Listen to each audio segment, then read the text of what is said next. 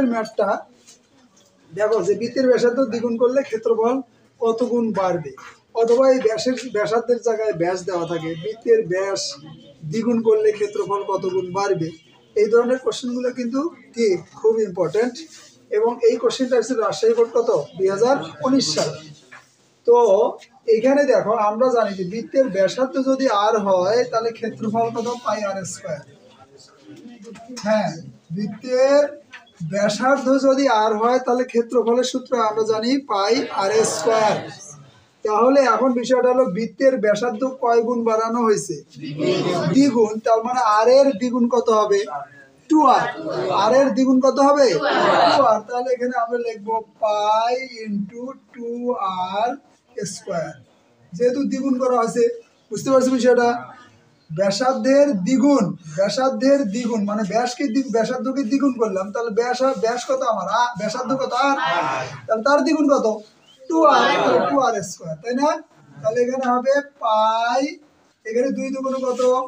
তাহলে কি হবে 4r স্কয়ার। কি হলো দেখো তো, 4 পাই আর স্কয়ার। তাহলে আমার ক্ষেত্রফল আগে ছিল পাই আর স্কয়ার এবং এখন কত? 4 পাই আর স্কয়ার। তাহলে কতটুকু বাড়লো? মাইনাস করি, তাহলে 4 পাই আর স্কয়ার মাইনাস পাই আর স্কয়ার। তাহলে কতটুকু বাড়লো দেখো তো, মাইনাস করলে কত হবে? 4 পাই আর স্কয়ার থেকে পাই আর স্কয়ার বাদ কত? 3 পাই আর স্কয়ার, 3 পাই আর স্কয়ার। তাহলে এখানে দেখো তো পাই আর স্কয়ার কি বৃত্তের কি ক্ষেত্রফল, তাহলে বাড়ছে কয় গুণ? 3 গুণ। তাহলে ক্ষেত্রফল 3 গুণ বাড়বে, आंसर এটাই। ওকে, তোমার নৈর্ব্যক্তিক এমসিকিউ এর 3 গুণ থাকবে, 4 গুণ থাকবে, 9 গুণ থাকবে, 16 গুণ থাকবে। তাহলে তোমার কত গুণ বাড়লো? 3 গুণ বাড়লো। বুঝতে পারছো? তো শিক্ষার্থী বন্ধুরা, এই যে এখানে একটা চিত্র দেওয়া আছে, এই টাইপের ম্যাথগুলো কিন্তু তোমাদের কি পরীক্ষায় নৈর্ব্যক্তিকে এসে থাকে। তো এখানে দেখো বলা আছে ও বৃত্তের কেন্দ্র হলে এক্স এর মান কত। তো এইখানে চিত্রটা দেওয়া আছে, দেখো এটা চিত্র দেওয়া আছে। তার মানে নির্দেশনা দেওয়া আছে যে এই যে দেখো বি ও সি, এই যে বি ও সি এটা হচ্ছে কিন্তু কেন্দ্রে কোণ, তাই না? তার মানে এই কোণটাকে বলবো আমরা কেন্দ্রস্থ কোণ। এই যে বি ও সি নির্দেশনা দেওয়া আছে, বি ও সি এখানে দেওয়া আছে বি ও সি কোণ, এই কোণটা হচ্ছে এক্স প্লাস কত? 80। আর এই যে দেখো এ কোণটা অর্থাৎ বি এ সি কোণ, অর্থাৎ বি এ সি কোণ এটা দেওয়া আছে হচ্ছে এক্স প্লাস 10 দেওয়া আছে। এই দুটো তথ্য আমাদেরকে দেওয়া আছে। তাহলে আমরা কি জানি দেখো তো, এই যে বিসি চাপ না এটা, এই যে বিসি চাপের উপর দণ্ডায়মান কেন্দ্রস্থ কোণ বৃত্তস্থ কোণের কি দ্বিগুণ। আমাদের 20 নম্বর উপপাদ্যটা যে কেন্দ্রস্থ কোণ বৃত্তস্থ কোণের কি দ্বিগুণ। তাহলে যদি এটা তথ্য দেওয়া থাকে আমরা লিখবো তাহলে কি দেখো x প্লাস 80, তাই না? অর্থাৎ আমরা যদি লিখি দেখো বি ও সি কোণ, এই কোণটা কি হবে 2 ইন্টু কি হবে বিএসসি কোণ। সূত্র হলো এটা, বিওসি কোণ কেন্দ্রস্থ কোণ আর বিএসসি কোণ কি তাহলে বৃত্তস্থ কোণের কি দ্বিগুণ। তার মানে x প্লাস 80 ইকুয়াল 2 ইন্টু এই যে বিএসসির মান কত? x plus 10। ওকে, এখন দেখো ক্যালকুলেশন করো, x প্লাস 80 ইকুয়াল কত হয়? 2x প্লাস কত 20 হবে না? গুণন করে দাও।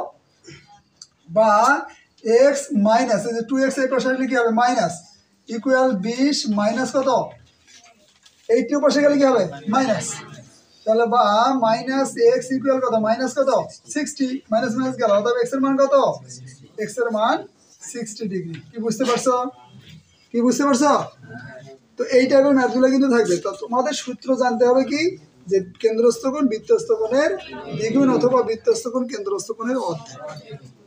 শিক্ষার্থী বন্ধুরা, বরিশাল বোর্ড 19, বরিশাল বোর্ডে 19 এই চিত্রটা দেওয়া ছিল এবং নির্দেশনা কিছু দেওয়া আছে যে চিত্রে ও বৃত্তের কেন্দ্র এবং এ ও বি কোণ, অর্থাৎ এ ও বি বলতে দেখো এই যে এই কোণটা এ ও বি কোণ হচ্ছে 60 ডিগ্রি। বলা আছে এ সি বি কোণ, অর্থাৎ এই যে এ সি বি কোণের মানটা কত? বলা আছে ক নম্বরে ছিল 30, খ নম্বরে ছিল 60, গ নম্বরে 90 এবং ঘ নম্বরে 45। তাহলে কোনটা অপশন ঠিক? তো এখানে তোমার কি বুঝতে হবে যে বৃত্তের একই চাপের ওপর দণ্ডায়মান কেন্দ্রস্থ কোণ বৃত্তস্থ কোণের কি দ্বিগুণ, অথবা বৃত্তস্থ কোণ কেন্দ্রস্থ কোণের কেমন। তাহলে এখন দেখো এই যে এবি যদি চাপ হয়, ভালো করে লক্ষ্য করে, এটা মিশে দিই, দেখো মিশে দিলাম। তাহলে এবি চাপের ওপর কে কে দাঁড়ায় আছে, এই যে কেন্দ্রস্থ কোণ এ ও বি কোণ দাঁড়ায় আছে, আর বৃত্তস্থ হলো এ সি বি কোণ। তাহলে বৃত্তস্থ বৃত্তস্থ ঠিক আছে, বৃত্তস্থ কি কোণ, বৃত্তস্থ এ সি বি কোণ, এটা কেন্দ্রস্থ কোণের কেমন, কেন্দ্রস্থ কোণের হাফ। তার মানে এ ও বি হচ্ছে, দেখো এ ও বি কেন্দ্রস্থ কোণ, এ ও বির অর্ধেক, এ ও বির অর্ধেক হলো এসিবি কোণ, ঠিক আছে। তাহলে হাফ গুণ মানে এ ও বি কোণের মান কত ছিল, দেখো এ ও বি কোণের মান কত, 60 ডিগ্রি। তাহলে 60 ডিগ্রি মান বসায় দাও, কাটাকাটি করলে কত হবে, 30 ডিগ্রি। তাহলে আনসার কোনটা। শিক্ষার্থী বন্ধুরা, এখানে আরেকটা চিত্র দেওয়া আছে, এই চিত্রটা দেখো, যে বলা আছে ও কেন্দ্র বিশিষ্ট বৃত্তে এক্স এর মান কত। তো এক্স এর মান বলতে তোমাকে বুঝতে হবে যে এক্সটা কোন পাশে আছে, এক্সটা কেন্দ্র থেকে কোন পাশে আছে, নিচ পাশে আছে। যদি এইখানে থাকতো তাহলে আমরা বলতাম বিসিডি চাপ, বিষয়টা বুঝতে হবে। এখানে যদি এই কোণটা এখানে বলতো তাহলে আমরা বলতাম বিসিডি চাপের ওপর দণ্ডায়মান, সেটা কিন্তু না, এটা বলতে হবে বিএডি চাপ, এই চাপের ওপর। তার মানে এই যে এই অংশটা যদি আমি মনে মনে একটু মুছিয়ে দিই, তাহলে কোন চাপ হলো, এই যে বিএডি চাপের ওপর দণ্ডায়মান, এটা হলো বৃত্তস্থ কোণ, আর এই যে এটা হলো কেন্দ্রস্থ কোণ। কথা বুঝতে পারছো, এটা কিন্তু কেন্দ্রস্থ কোণ, কেন্দ্রস্থ কোণ হচ্ছে বিওডি, এখানে যদি ও হয় তাহলে দেখো এটা হচ্ছে বিওডি, এই যে এই কোণটা হলো কেন্দ্রস্থ কোণ, কার ওপর, এই যে বিএডি চাপের ওপর, বিএডি চাপের ওপর কেন্দ্রস্থ হচ্ছে বিওডি। মূলত বিওডি কি এখানে 2 সমকোণের চেয়ে বড় না, আর 2 সমকোণের চেয়ে বড় বা 4 সমকোণের চেয়ে ছোট কোণকে বলা হয় প্রবৃদ্ধ কোণ। আর এটা হচ্ছে এই যে বিসিডি, এটা হচ্ছে বৃত্তস্থ কোণ।